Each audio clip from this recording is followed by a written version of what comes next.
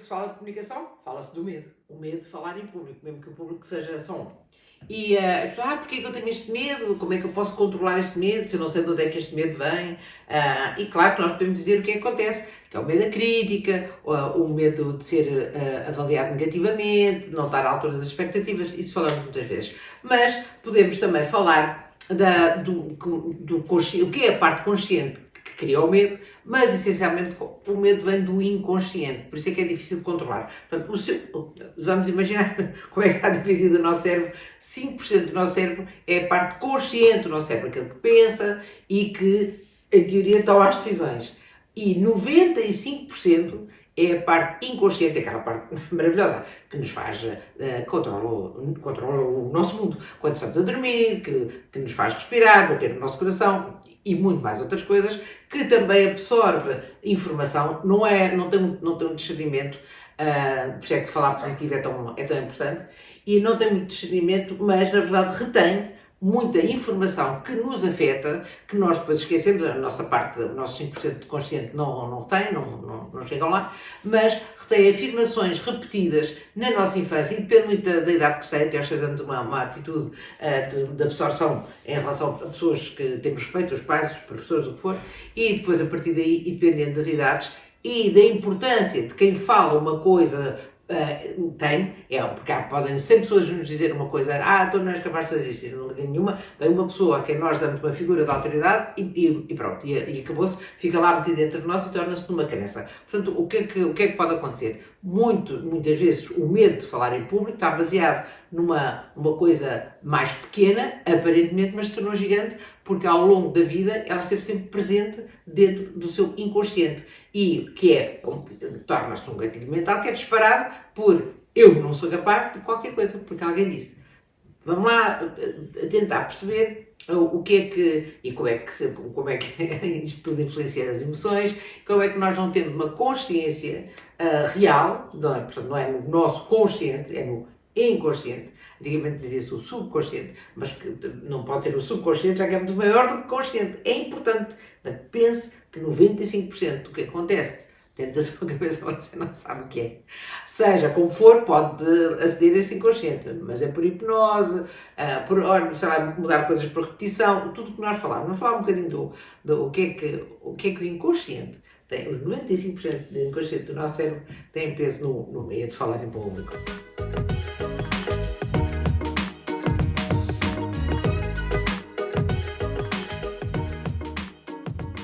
Lembrei-me de falar sobre isto porque muitas vezes pessoas dizem eu não sei, não me lembro nada da minha infância ou da minha juventude que me faça, que esteja na origem deste medo. Mas a Marília Simões disse que se lembrava de uma professora que penso eu que devia ser ela não diz onde é que era, em que idade é que ela tinha, portanto não sei se era uma escola mais, já tinha 7 anos, 8 anos, ou se já era adolescente, não faço ideia, mas e realmente isso faz diferença.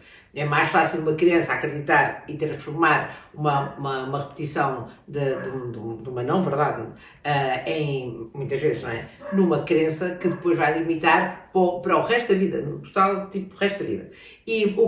Mas neste caso, a Marília lembrava-se desta professora que lhe repetia que ela não era capaz de exprimir, de falar aquilo que ela queria. Portanto, que ela provavelmente gaguejava, isso ela não explica, que ela gaguejava ou se atrapalhava, como criança, se atrapalhava, ela disse, mas porquê que tu és capaz de falar? Tu não tens jeito nenhum para falar, tu não és capaz de falar. E ela gostava daquela professora, aquela professora tinha peso e tinha autoridade na Marília, no coração da Marília, vamos dizer assim, e também no inconsciente da Marília, nos 95% do inconsciente da Marília, deixou uma marca.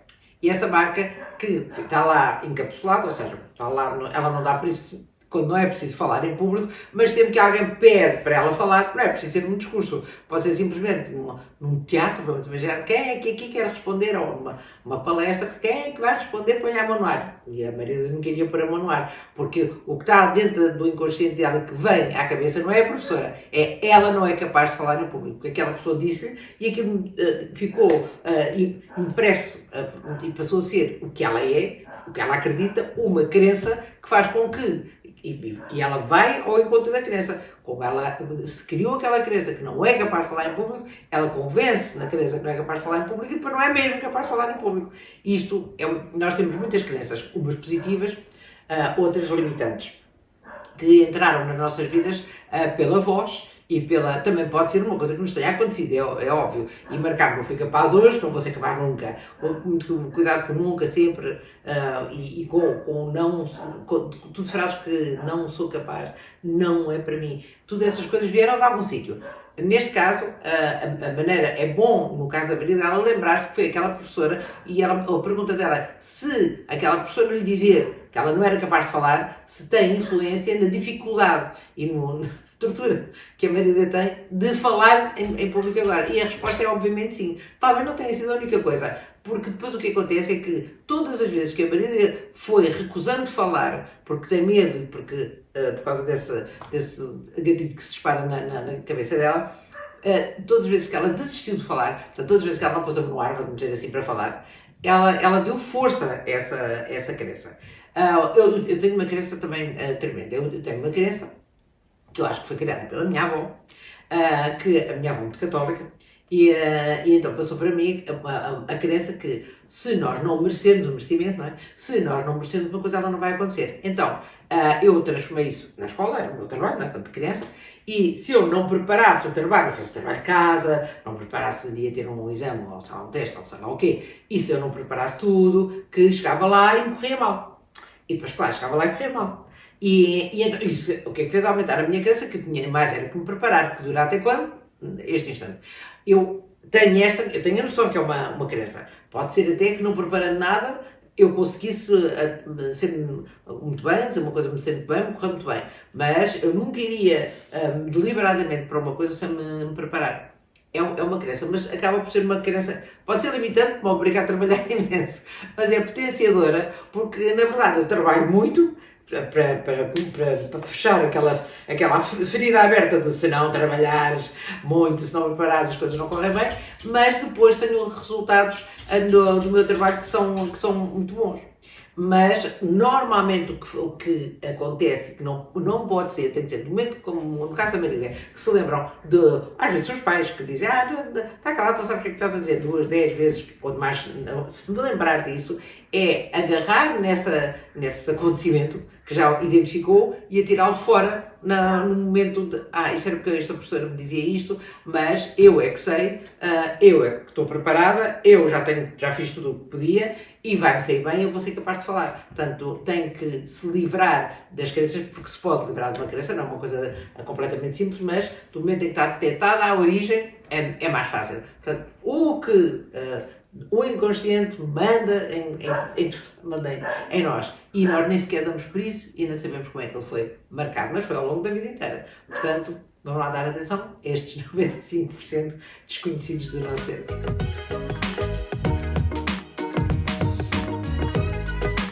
O Luís António diz aqui uma coisa muito curiosa. Ele diz: eu tento ultrapassar o medo de falar em público, mas acho que não sou capaz. Ou seja, ele numa frase tão pequenina consegue dizer todas as palavras, mas uma esmagadora maioria das palavras proibidas que temos que afastar da nossa linguagem, da nossa maneira de nos exprimirmos e da nossa maneira de pensarmos. Porque o que acontece é que nós, quando dizemos uma coisa, somos os primeiros a ouvir, portanto, os primeiros a reter no nosso cérebro, depois vai falar outra vez, e isso fica lá como se ele tivesse a repetir um mantra, não é? uma coisa para ficar. Ele diz isto repetidas vezes, eu tento falar em público, mas acho que não sou capaz, e tantas vezes diz isso que não é mesmo capaz. E as palavras que lá estão são terríveis. Por exemplo, tento é logo uma palavra. É muito difícil, tem que tentar muito para conseguirem fazer alguma coisa. Porque quando a gente diz, porquê que não fazes isto assim? Olha, eu vou tentar. Tentar é uma palavra que diz, é uma desculpa já. Eu vou tentar, mas se eu não conseguir, está-se bem. É um bocado isto. E dizemos tentar 1000 vezes por dia. Eu vou tentar. E mesmo quando temos a consciência e queremos tirar essa palavra da nossa linguagem, do nosso vocabulário, é difícil. Eu sei para mim. Porque tenta lá fazer. Tentar, eu no fundo, quando digo a uma pessoa, tenta lá fazer, já estou a partir do pressuposto que ela não vai ser capaz. Talvez até consiga, mas tenta, né? Faz, consegue, não é? É tirar o tentar. Eu tento falar em público, eu falo em público, quando eu falo em público e tirar o tentar. Tentar é uma palavra assassina, porque está lá uma desculpa, logo que está já disparada para o nosso sistema todo e para o nosso cérebro, para o nosso bem-estar, que é, eu só disse que ia tentar, eu não estou comprometido, é só tentar. Tira a palavra tentar da sua vida, no geral, mesmo quando não tem nada a ver com falar em público. É o tentar, tente tentar, tente tirar a palavra, tira a palavra, não, tentar, e isto era como começava a frase do Luís. Então, dizia, eu tento falar em público, mas não consigo. Já o tentar já estava ali mal. O mas é uma palavra assassina também, que nós usamos a toda a hora e a todo instante, e também é muito difícil de controlar. Podemos dar atenção a essa palavra, porque eu digo, o Manuel é muito boa pessoa, neste caso o Luís é muito boa pessoa, mas eu não o conheço. O que é que fica? O mas apaga tudo o que está para trás e o que fica, o que se destaca é a segunda parte do que nós acabamos de dizer. Eu conheço muito bem o Luís, mas não o suficiente. Então, não o suficiente é tudo que vem a seguir ao mas é que conta. Sabem aquela história? Está muito bem, é tudo maravilhoso, não sei o quê, mas não tiveste muito bem, foi naquela parte de, mas a roupa ficava muito mal. Sabe? Pronto, estou a da minha mãe. Aquela roupa ficava muito mal. Estiveste maravilhosa, filha, foste maravilhosa, sim, senhor, desta volta aquilo tudo, mas não gostei nada da roupa. Portanto, o que é que acontece na minha cabeça? O que é que vem estava feia, estava péssimo. A imagem que eu passei não foi a ideal, apesar do que eu disse ser o ideal. Mas está lá um mas, e o que vem a seguir ao mas é que ganha importância. Para o caso de não acreditar. Experimente. Mas, depois não diga que eu não avisei. Agora, se vai conseguir tirar os mas, todos não. Esteja com atenção à parte que interessa da conversa, porque é nananãs, e pronto, a partir daí, o que estava atrás, foi embora. E ele também dizia, mas não consigo falar em público. Os nãos, as negações, em vez das afirmações, são terríveis. Em teoria, a teoria é que o cérebro inconsciente não retém os nãos. Portanto, aí até seria uma coisa positiva. Se o cérebro não lê o não, consigo falar em público. Mas toda a frase é um desastre. Portanto, o não sou capaz, não consigo. Normalmente vem agarrado começa sempre não tenho tempo, não tenho dinheiro, não. São sempre desculpas e começa sempre por uma desculpa para a pessoa poder ir embora sem peso na consciência. Ainda é mais do que o tentar. Portanto, tente transformar as suas afirmações em isto, porque eu sei que é muito difícil conseguir, mas comece já hoje a transformar as suas afirmações, as suas negações, tira os nãos e passa a fazer a coisa afirmativa. Nem sempre uma afirmação é fácil de fazer, mas troca as palavras e faça afirmações. É como se fosse sempre com um ponto final e uma coisa, bora que nós conseguimos. Tira os nãos, os mas e os tentares da sua conversa. E tire também os achos. Porque havia um ditado antigamente que dizia-se, eu penso que não sei o que, dizia-se, pensar um burro é um burro. No entanto, eu acho é bem pior do que eu penso. Embora seja um irmão, não é? Eu acho, mas não tenho nenhuma responsabilidade nisso. Outra vez, uma desculpa. Outra palavra a tirar. Eu acho, olha lá, mas isto faz como assim. Bom, eu acho, não interessa no que é que a pessoa vai ter a seguir, porque quem está a ouvir já não está a dar atenção. Se a pessoa acha, é que não tem certeza. Se não tem certeza, não vale a pena ouvir. Na comunicação, eu acho, é o pior que há, porque o que passa, a própria pessoa desculpabilizou-se, mas também não dá muita importância. E quem está a ouvir, mas não está a ouvir. Ele acha. Então eu também acho. Toda a gente acha. Os achistas, não é? Aliás, vivemos numa época muito de achismos e pouca concretização. Como também vivemos numa época contrária ao achismo, que há pessoas, onde eu estou incluída, que é qualquer coisa que eu não sei, eu não acho. vou logo ao Sr. Google para ver, para não achar nada e ter a certeza. Portanto, o contrário de achar é ter a certeza, ter segurança, ter confiança para comunicar. É muito importante. Portanto, toda esta frase do Luís estava cheia da afirmação que ele não é capaz de falar em público e não vai conseguir ultrapassar porque ele já arranjou todas as palavras que desculpam não ser capaz de falar em público. Então, vamos lá ver, as palavras têm poder, toda a gente já sabe, dizemos isto. Mas não fazemos o que dizemos. Sabemos que uma palavra positiva cria uma energia positiva, há algumas palavras negativas, ou até a construção da palavra negativa com o não ou nunca, podem destruir uma ideia, uma concretização, uma conversa, o que for, a imagem que passamos de nós, mas é para aí que vamos. É o remate de tudo é sabemos, mas achamos que não vale a pena fazer. Portanto, vale a pena ter, para já, sem se questionar muito, dê atençãozita aos mas e ao tentar, que é difícil, e arrase com os nãos e com os achos, os achos a mim enervam-me tanto. Faça isso, vai ver que a sua conversa, o seu discurso vai tornar muito mais positivo, mas também muito mais objetivo e que as outras pessoas vão dar atenção. Primeiro.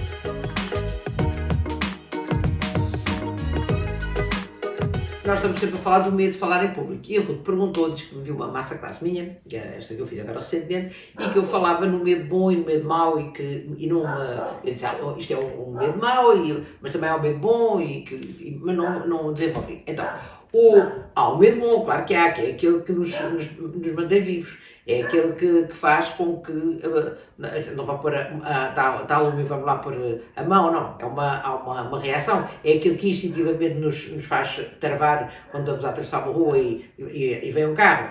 É um medo que preserva a nossa vida.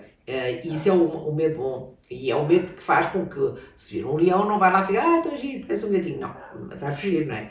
É esse tipo de medo que o mantém vivo, porque sem esse medo, se calhar até se ia atirar num quinto andar e achar, pois eu gosto tanto da ideia de voar, se eu acredito mesmo, vou voar. Não, está lá esse,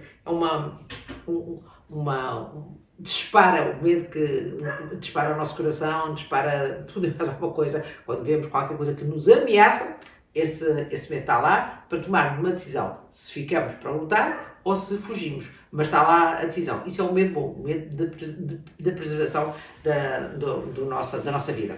Ou o medo mau, tem outra coisa, mas é um medo que cria uma ação, não é? Ele próprio em si já é uma ação, uma reação. O medo mau, não. O medo mau paralisa. O que é o medo mau? É uma imaginação baseada, é como a ansiedade. Estamos agora aqui e o que estamos a imaginar é uma coisa, e vamos imaginar, quero mudar de casa. Está aqui uma casa muito gira, sim senhora, no sítio que eu queria, não sei o quê.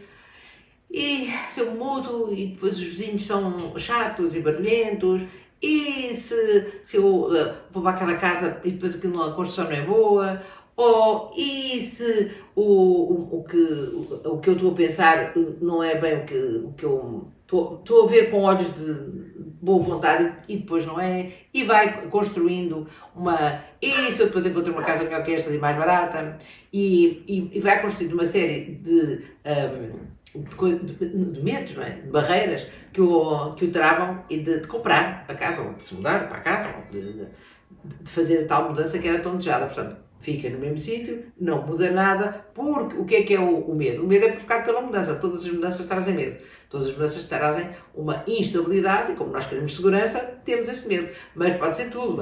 Imagino que encontra alguém e, esta é uma rapariga, este rapaz, que interessante, para namorar, vou telefonar. Não, é melhor não telefonar. Isso depois, se calhar, é uma pessoa chata. No primeiro dia foi interessante, mas depois não. E vai acontecer como da última vez, vou-me apaixonar muito, mas depois a pessoa apaixona-se por outra e vou sofrer muito. E queria ali tantos obstáculos. É o medo de arriscar. E isso é um medo mau porque paralisa. O que é paralisar? É não telefonar mais essa pessoa, não muda de casa. E não estou a falar não tem nada a ver com falar em público, não é nada disso, mas é a mesma coisa, é igual, é o medo paralisante, aquele que se enche de fantasmas, muitas vezes vai correr mal, as pessoas não vão gostar de me ouvir, isso é um medo paralisante e um medo mau, porque não serve para nada, não se baseia numa realidade, baseia-se numa cautela, que é uma cautela normal, porque nós temos medo de mudar, é o medo da mudança. O medo de falar em público também é o medo de arriscar. E o medo de arriscar é o medo de mudar.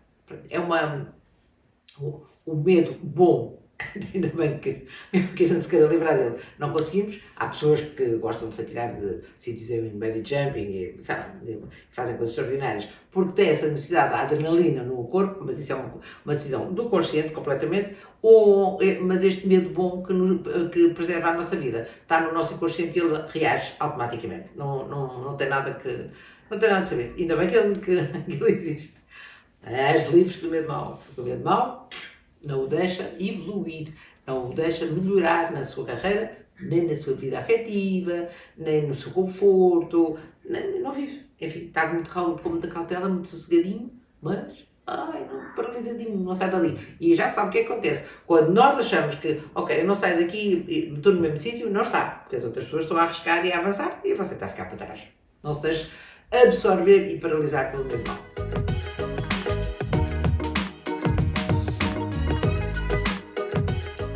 O medo de falar em público é mesmo grande. Pergunta ao Miguel. Ele pergunta se é. Eu estou a responder que sim. É grande. É um dos maiores medos da humanidade. O medo de ser julgado. O medo de ser criticado. E o medo de sair mal. O medo de não estar à altura das próprias... Eu acho que não é só das expectativas dos outros. Que não vem primeiro. O que vem primeiro é não estarmos à altura das nossas próprias expectativas. Claro que o que se calhar o Miguel queria dizer é nós é que ampliamos esse medo. Ampliamos o medo. São os nossos fantasmas, as nossas projeções, a nossa imaginação, que faz com que o medo, que ao princípio está controlado, se faltarem 3 dias está controlado, às vezes não. Às vezes, olha, tudo aqui, 15 dias vais falar e a pessoa morre logo ali, não precisa dos 15 dias. Mas as pessoas vão controlando à medida que se aproxima o momento, aquilo parece que vamos para a forca, não é? Ou seja, e o medo vai aumentando, começa por ter uma coisinha assim e depois vai se enchendo de aquela vez que não correu bem, aquelas pessoas todas que me dizem para eu não fazer, outras pessoas que eu vi que correu mal, pessoas que eu vi e que são maravilhosas e eu nunca vou conseguir ser assim, isto é tudo imaginação. E a imaginação vai enchendo como se fosse uma bola de ar e essa imaginação é um ar que vai criando uma proteção à sua volta, que esse medo parece uma proteção, mas é um paralisador. Parece mesmo uma proteção, que eu não vou lá para não me magoar. Mas na verdade não vai lá, não arrisca, não petisca. É isso que acontece. Nós aumentamos o nosso medo natural de nos pormos à prova, que é isso que acontece, de nos expormos, aumentamos com fantasia, no mau sentido, com até pesadelos. O que é que as pessoas vão pensar? Nunca vai saber o que é que as pessoas vão pensar. É o que é que vai acontecer, vai cair um candeeiro, vai haver barulho, eu vou-me perder a meio. São tudo invenções de catástrofes, que a maior parte das vezes, não, e na esmagadora maioria das vezes, não acontece nada que seja parecido, as pessoas não vão conseguir ouvir, eu sei muito sobre isto, mas as pessoas não vão entender, não vão gostar do tema, sabe? Todas as coisas que dizemos a nós próprios negativas são o tal encher do medo, encher do medo, de tal forma que depois não nos conseguimos mexer. Claro que ampliamos o nosso medo. E o que é que temos de fazer? Para perder o medo, é não deixar o medo transformar-se num medo gigante. Não pode deixar. Tem que reagir positivamente. Pergunta a Rita se todos nós temos medo. Não é de falar em público, é medo. É isso que ela pergunta. Acho eu, porque ela não especifica o medo. E a resposta é sim, claro que sim. Então, o medo faz parte das 5 emoções básicas de todos os seres humanos. Todos temos estes medos, estas emoções, que será o medo, a tristeza, a alegria, a raiva e a repulsa. O medo está lá metido nestas emoções. Todos nós sentimos estas emoções. De qualquer ser humano tem estas... É gerido também por estas emoções e tem de gerir estas emoções. E o medo é uma destas emoções de que não escapamos nem podemos.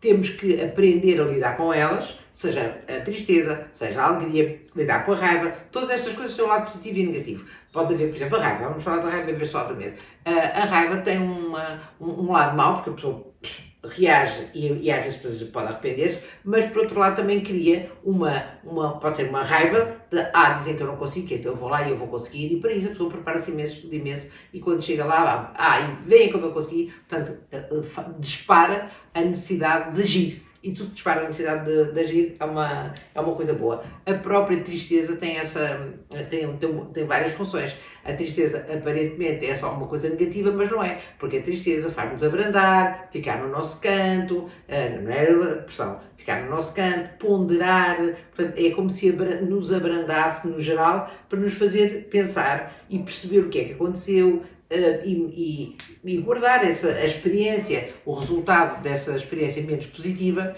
de uma forma que ela seja útil em outras ocasiões e também ponha à prova a nossa força de vontade de transformar a tristeza num sentimento que incorporamos, um acontecimento que se tenha passado na nossa vida, e andar para a frente, que é isto que se tem que fazer. Agir, vai sempre dar ao agir. No medo, o medo bom e o medo mau, claro que quando estamos a falar do medo, estamos a falar do medo mau, o que faz é, há dois medos. Há o medo de ir e o medo de não ir. Eu tenho mais medo de não ir do que de ir, porque para mim eu fico com tal remorso de não ir a qualquer coisa, qualquer desafio que me proponham, mas fico tão mal comigo que depois não maturo. Então, como tenho medo desta que não foi, eu acabo por obrigar ela, eu tenho medo, mas vou na mesma, porque eu não quero o remorso de não ter ido. E para isso vou-me preparar, vou argumentar comigo, vou ter aqui o meu biblioteco, os meus negociadores a conversarem sobre as vantagens e desvantagens de fazer isto ou fazer aquilo, e o medo para mim acaba por ser sempre um estímulo, mas não se deixar vencer pelo medo. E há alguns medos que eu já, por exemplo, não tenho medo das alturas, mas tenho medo, não sou nada aventureira de me ir tirar daqui ou dali, ou nada disso. E não gosto de uma montanha russa.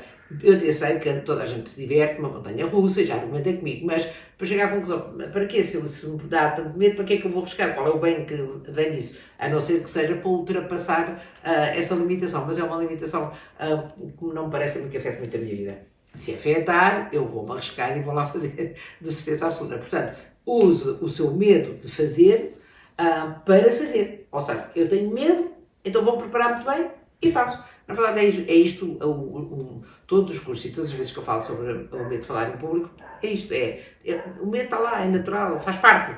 Agora, o que não faz parte e não é natural e não pode ser, não é natural e faz parte, mas não pode ser, é deixar-se vencer e paralisar por esse medo. Portanto, use o medo, a tal emoção básica, a seu favor. Use o medo para o fazer agir. Outra vez a palavra agir. Portanto, todas as emoções básicas ligadas ao agir ficam mais compreensíveis e perceba o que é que está a acontecer. Vai ver que consegue reagir de uma forma que se orgulhe mais, que se sinta uma pessoa melhor e de uma forma construtiva. Aquelas pessoas que têm vida, não é? Dizer, nós fazem muitas coisas, concretizam muitos sonhos. Concretizar um sonho, eu não estou a falar um sonho, a gente quando diz sonho, vitória, é de palavras muito grandes. Na verdade, a vitória pode ser uma vitória de uma coisa pequenina e concretizar um sonho também pode ser neste momento tenho um sonho de ir ao centro comercial e comprar um livro. Porquê é que eu não concretizei esse sonho? Porque não tenho tido tempo, mas é um sonho.